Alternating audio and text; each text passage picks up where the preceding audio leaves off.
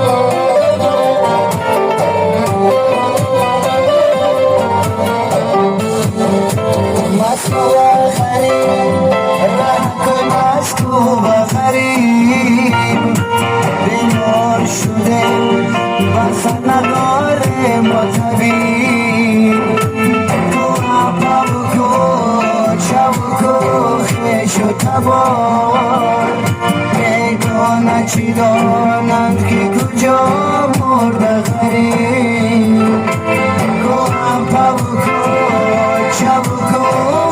شو تبار بکنه چی دار